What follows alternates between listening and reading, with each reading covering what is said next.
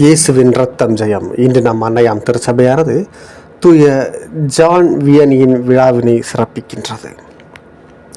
இயேசுவில் அன்பார்ந்தவர்களே, 18ஆம் நூற்றாண்டில் பிரான்ஸ் நாட்டில் ஏற்பட்ட பிரெஞ்சு புரட்சியின் காரணமாக மக்கள் கடவுளை மறந்து தன்னுடைய மனம் போன போக்கில் வாழ்ந்து கொண்டிருந்தார்கள். இறை பற்றாளர்களும் பயந்து பயந்து கடவுளை வழிபட்டு கொண்டிருந்தார்கள்.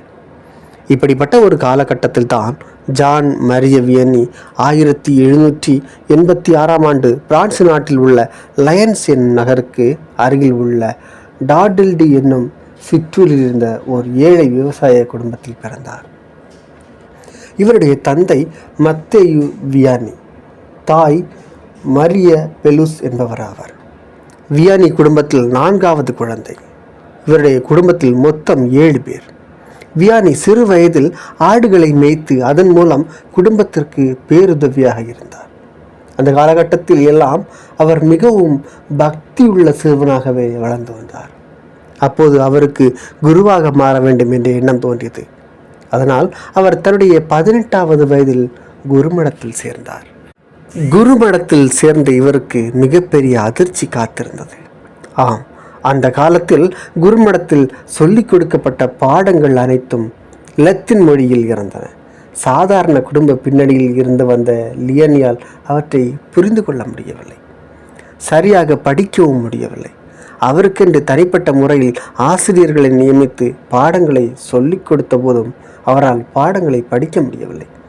இதனால் அவர் சரியான கழுதை என சொல்லப்பட்டு வீட்டுக்கு அனுப்பி வைக்கப்பட்டார். அத்தகைய தருணங்களில் அவருடைய ஆன்மீக குருவான பெல்லிதான் வியானி படிப்பில் வேண்டுமானால் பின்தங்கியவராக இருக்கலாம், ஆனால் அவர் ஆன்மீகத்தில் ஜெப வாழ்வில் மற்ற எல்லாரையும் விட உயர்ந்தவர் என்று சொல்லி அவர் குருவாக மாறுவதற்கு உறுதுணையாக இருந்தார். இதனால் 1815ஆம் ஆண்டு வியானி குருவாக மாறினார். குருவாக மாறிய பிறகு வியானி அவருடைய ஆன்மீக குருவுக்கு கீழ்தான் ஓராண்டு காலம் உதவியாளராக இருந்தார். அதன் பிறகு அவர் லயன்ஸ் நகரிலிருந்து 30 கிலோமீட்டர் தொலைவில் உள்ள 250 கிறிஸ்தவ குடும்பங்களை கொண்டாட ஒரு சாதாரண குக்கிராமமாகிய ஆர்ஸ் என்னும் ஊரில் பங்கு தந்தையாக நியமிக்கப்பட்டார். வியானி ஆர்ஸ் நகரின் பங்கு தந்தையாக நியமிக்கப்பட்ட போது அப்போது முதன்மை குருவாக இருந்த சைமன் என்பவர் வியானியிடம், ஆர்ஸ் நகர மக்கள் கடவுள் நம்பிக்கை இல்லாதவர்கள், நீங்கள் தான் அவர்களுக்கு கடவுள் நம்பிக்கையை ஊட்ட வேண்டும் என்று சொல்லி அனுப்பி வைத்தார். வியானியும் முதன்மை குருவின் வாக்கை வேத வாக்காக எடுத்துக்கொண்டு ஆர்ஸ் நகருக்கு பயணமானார். ஆர்ஸ் நகருக்கு சென்றபோது அங்கே வயதான மூதாட்டிகள் தான் ஆலயத்தில் வந்தார்கள்.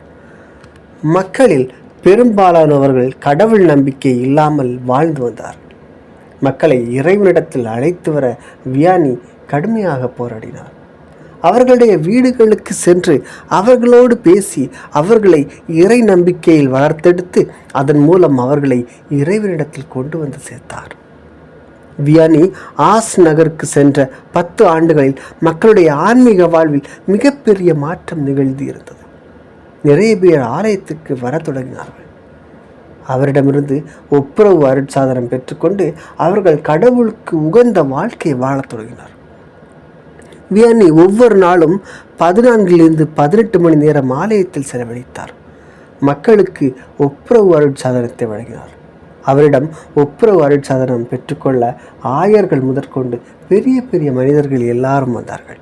இதனால் ஆர்ஸ் நகருக்கு சிறப்பு பேருந்து வசதிகள் ஏற்பாடு செய்யப்பட்டன. வியானி தன்னிடம் ஒப்புரவு அருட்சாதனம் பெற்றுக்கொள்ள வரும் மக்களின் மனங்களை ஊடுருவி பார்க்கும் திறனை பெற்றிருந்தார். ஒரு சமயம் அவரிடத்தில் ஒப்புரவு அருட்சாதனம் பெற வந்த மனிதரிடத்தில், நீ ஒப்புரவு அருட்சாதனம் செய்வது 30 ஆண்டுகள் ஆயிற்று அல்லவா என்றார். இதை கேட்டு அவர் மலைத்து போய், ஆம், நான் ஒப்புரவு அருட்சாதனம் பெற்று 30 ஆண்டுகள் ஆயிற்று என்றார். இப்படி தன்னிடம் வருகின்ற மக்களின் மனங்களை ஊடுருவி பார்க்கும் திறனை வியானி பெற்றிருந்தார். அவரிடத்தில் யாரும் எதையும் மறைக்கவில்லை. இவர் ஜெபதவ வாழ்வில் ஈடுபட்டதோடு மட்டுமல்லாமல் ஏழை குழந்தைகள் கல்வி பெற அவர்களுக்கென்று தங்கும் வசதியுடன் கூடிய பள்ளிக்கூடம் ஒன்றை தொடங்கினார். அதன் வழியாக அவர்களுக்கு கல்வி அறிவு புகட்டினார். இவரை பார்த்து பிரான்ஸ் நாட்டில் ஏராளமான பேர் இப்படி கல்வி நிறுவனங்களை தொடங்கினார்கள். வியானியின் புகழ் ஒவ்வொரு நாளும் வளர்ந்து கொண்டே இருந்தது. இதை பார்த்து பொறாமைப்பட்ட ஒரு சில குருக்கள் இவரை குறித்து முட்டாள், கழுதை, ஒன்றும் தெரியாதவர் என்று சொல்லி விமர்சித்தார்கள். இந்த விமர்சனம் ஆயருடைய காதுகளை எட்டியது. அப்போது ஆயர் வியனியை விமர்சித்த குருக்களிடம், நீங்கள் முட்டாள் என்று விமர்சிக்கும் வியானியிடமிருந்து கற்றுக்கொள்ள ஏராளம் இருக்கின்றது என்று பதிலடி கொடுத்தார். வியானி தன் மீது சுமத்தப்பட்ட விமர்சனங்களை எல்லாம் தூர வீசிவிட்டு இறைப்பணியை தொடர்ந்து செய்து வந்தார். இப்படி ஓய்வே இல்லாமல் உழைத்த வியனி 1859 ஆண்டு இறையடி சேர்ந்தார். 1925 இவருக்கு புனிதர் பட்டம் கொடுக்கப்பட்டது. இவர் குருக்களின் பாதுகாவலராக உயர்த்தப்பட்டார்.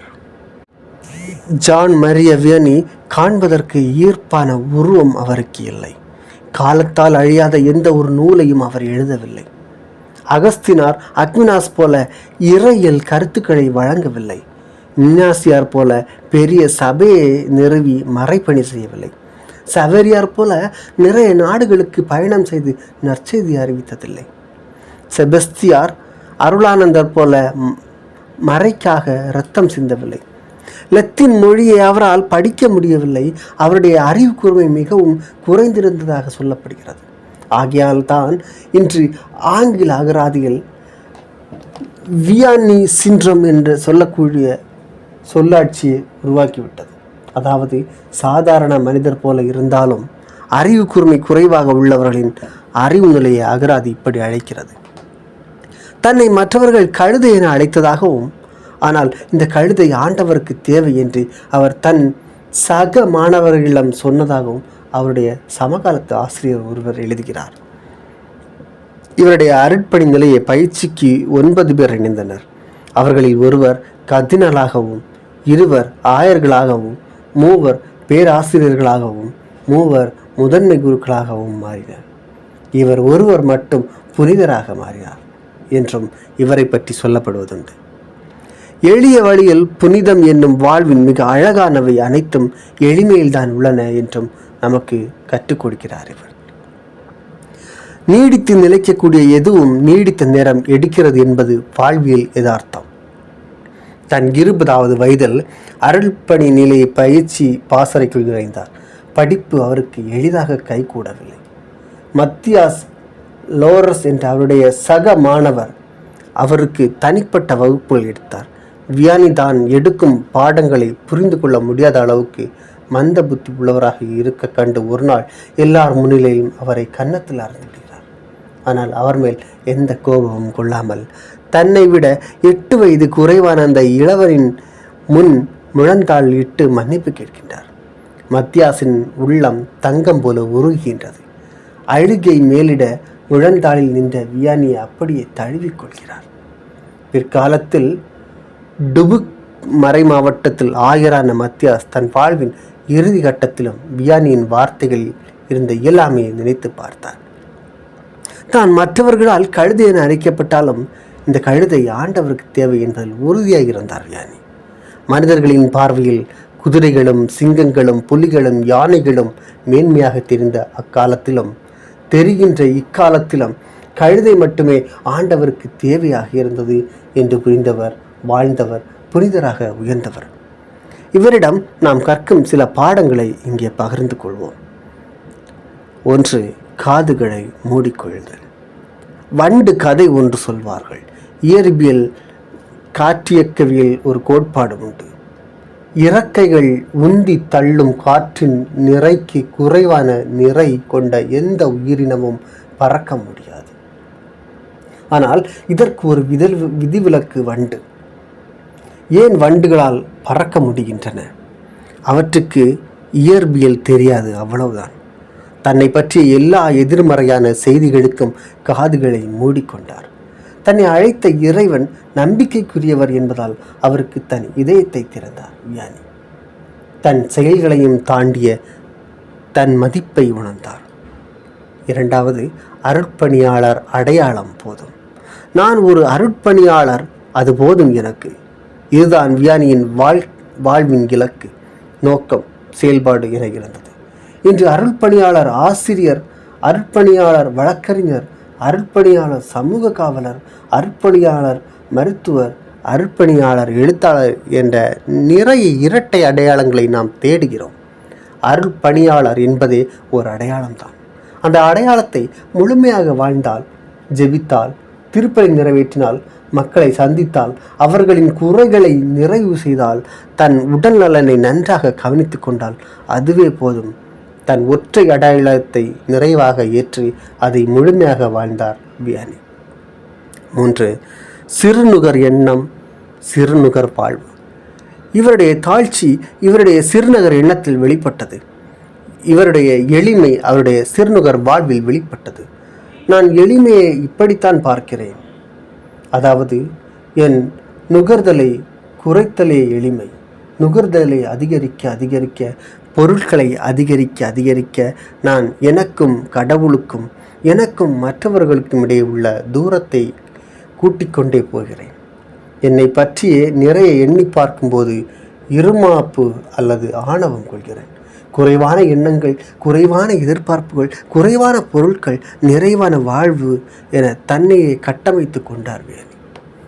4. தெளிவான மெய்ப்பு பணி கூட்டமைப்பு. வியானியின் மெய்ப்பு பணி கூட்டமைப்பு 3 விடயங்களை மட்டுமே கொண்டிருந்தது. திருப்பலி நிறைவேற்றுதல், பாவ சங்கீர்த்தனம் கேட்டல், மறைக்கல்வி கற்பித்தல். அவருடைய சமகாலத்தில் இதுதான் மக்களின் தேவையாக இருந்தது. தேவைகளை உணர்ந்து தெளிவாக தன்னை கட்டமைத்து கொண்டார் வியானி.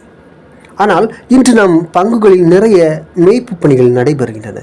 திருப்பலி நிறைவேற்றுதல், மறைக்கல்வி எடுத்தல், அருள் சாதனைகளை வழங்குதல், இல்லங்கள் சந்திப்பு, இயக்கங்கள், பக்த சபைகள், குழுக்கள், சந்திப்புகள், திருப்பயணங்கள், சிறப்பு தியானங்கள், பக்தி முயற்சிகள், பிறர் அன்பு செயல்கள். இன்று நிறைய தேவைகள் இருக்கின்றன. ஆனால் தெளிவுகள் இல்லை. ஒவ்வொரு அருள் பணியாளரும் இலக்கு தெளிவுடன் இருக்க வேண்டும் என நம்மை அழைக்கின்றார். 5. நிலைப்புத்தன்மை. தன் அருட்பணி வாழ்வு முழுவதுமே வியானி ஒரே ஒரு பணித்தளத்தில் ஆர்ஸ் நகரில் மட்டுமே பணியாற்றினார். தன் ஆர்ஸ் நகரம் தன்னை முதலில் ஏற்றுக்கொள்ளவில்லை என்றாலும், அதன் தட்பவெப்பநிலை தன் உடலுக்கு ஏற்றதாக இல்லை என்றாலும், தன் சொந்த ஊரை விட தான் தூரமாக இருந்தாலும் தன் மக்களுக்காக இறுதிவரை அதே இடத்தில் நிலைப்புத்தன்மை கொள்கிறார் வியானி. 6. மாற்றம் கண்முன்னே நடக்கும். மது, கேளிக்கை, பொழுதுபோக்கு என்ற 3 பிறழ்வுகள் கோலோச்சிய இடத்தை தன் ஜபத்தாலும் உடன் இருப்பாலும் எளிய வாழ்வாலும் புரட்டி போட்டார் வியானி. யாருமே செல்ல அஞ்சிய ஒரு இடத்திற்கு ரயில்களில் மக்கள் குவிந்தனர். தன் கண்முன்னே மாற்றத்தை கண்டார் வியானி. நம் கண்முன்னே மாற்றத்தை காண இயலாத போதுதான் அருள்பணி வாழ்வில் சோர்வு வருகிறது. மாற்றம் நம் கண்முன்னே சாத்தியம் என உணர்த்துகிறார் வியானி. 7. இலக்கு தெளிவு. தான் ஆஸ் நகரத்தில் காண விரும்பிய மாற்றத்தை கனவு கொண்டார். அந்த ஒற்றை கனவை தன் எல்லாமாக மாற்றினார். தன் இறைவேண்டல், திருப்பலி, வழிபாடு, வீடு, சந்திப்பு, நோயுற்றோர் சந்திப்பு, பயணம் என அனைத்திலும் தன் மக்களை மட்டுமே நினைவில் கொண்டிருந்தார். 8. வலுவற்ற அவர் வலுவற்றவர்களின் உணர்வை அறிந்தார். தானே இயலாமையில் இருந்ததால் மற்றவர்களின் இயலாமை அறிந்தார். மற்றவர்களை வார்த்தைகளை கேட்டு பொருள் உணர்ந்த வேளையில் இவரோ மற்றவர்களின் ஆன்மாக்களின் மௌனம் கேட்டு பொருள் உணர்ந்தார். ஆன்மாக்களை ஊடுருவி பார்த்தன அவருடைய கண்கள். எனக்காக ஒருவர் இருக்கிறார் என்று தன் மக்களின் உரிமை கொண்டாடும் அளவுக்கு அவர்களுக்கு அந்த நம்பிக்கையை கொடுத்தார். 9. அவருடைய உடலில் தைத்த முள்.